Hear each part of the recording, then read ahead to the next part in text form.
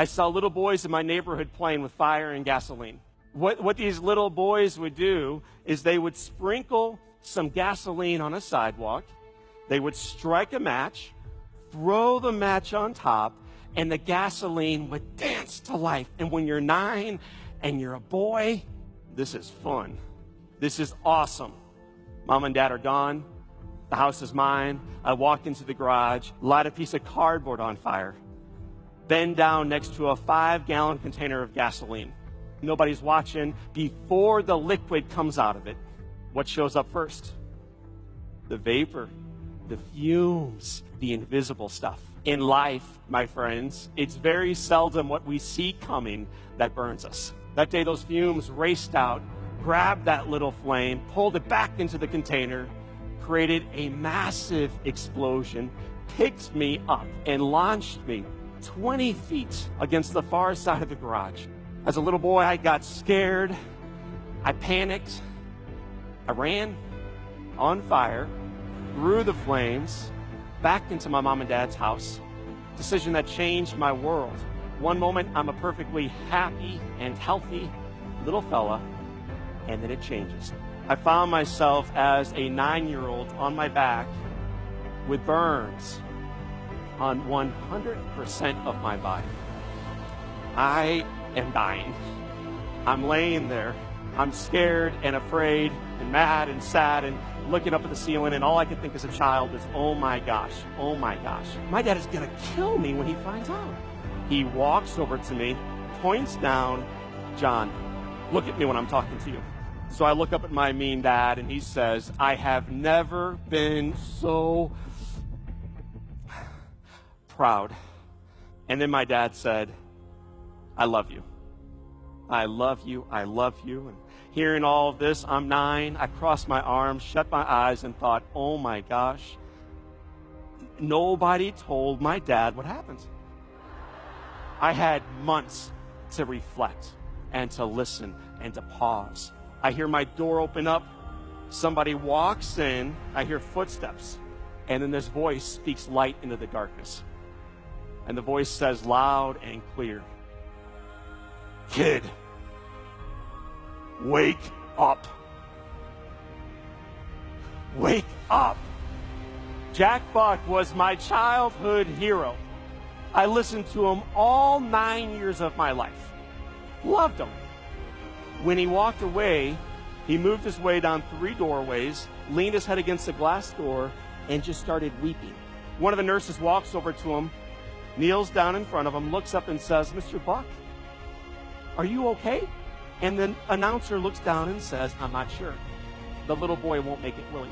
The expert looks up and says, Mr. Buck, there is absolutely not a chance. It's just his time. What Jack Buck does, it's a great example. He takes it home. He cries, he prays, he reflects, and he journals on one question. What more can I do? The following day, a little boy named John O'Leary is hanging out in darkness. I'm stretched out in this bed, tied down, can't move. I hear footsteps, a chair, a cough, and then a voice. Kid, wake up. I'm back.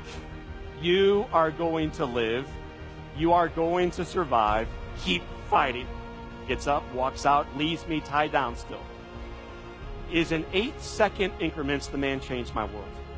What I learned years later, and this is cool news for all of us in this room, it also changed his life. It always changes the life of the giver. He encouraged a little boy to fight on, which allowed me to endure 5 months in the hospital, which allowed this little boy miraculously to come home. And then a month later, he sends me this baseball. Ozzie Smith was a shortstop for the Cardinals. He became a Hall of Famer. He was one of my boyhood idols. Below that ball was a note from Jack. And the note read, kid, if you want a second baseball, all you have to do is send a thank you letter to the guy who signed the first one. Just one problem, Jack. What's the problem? Dude, you can't write. So why would he make me do something, my friends, that he knew ahead of time that I can't do? To show you you could, to make you My mom and dad were trying to show me that I could, and they were trying to inspire me and make me. What my mother used to do, she would try to hand it to me, and she would say, baby, when you learn how to write again, you get to go back to school. Does a little boy want to go back to grade school? Probably not.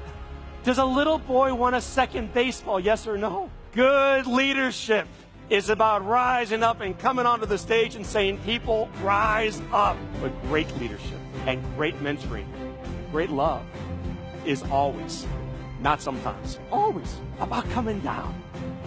It's about meeting people where they are, in their struggles, in their challenges, in their adversity. Jack came all the way down to the level of a 9-year-old. I wrote the note, mailed it off, and 2 days later I got a second baseball. With a second note that read, kid, if you want a third baseball. 1987, a busy announcer sends a little boy 60 baseballs. 60. Jack taught a little boy how to write, which allowed that little boy to go back to grade school. Somehow, through God's grace, man, you graduate. Who knows how? You graduate. Graduation night, who shows up right on time, is this leader that I have looked up to my entire life. My mentor, my hero, my buddy, Jack Bach. He shows up with a package and a note. I open up the letter, then I open up the box. Kid, this means a lot to me. I hope it means a lot to you too. This is the baseball that I received when I went into the Hall of Fame. There's only one like it in the entire world.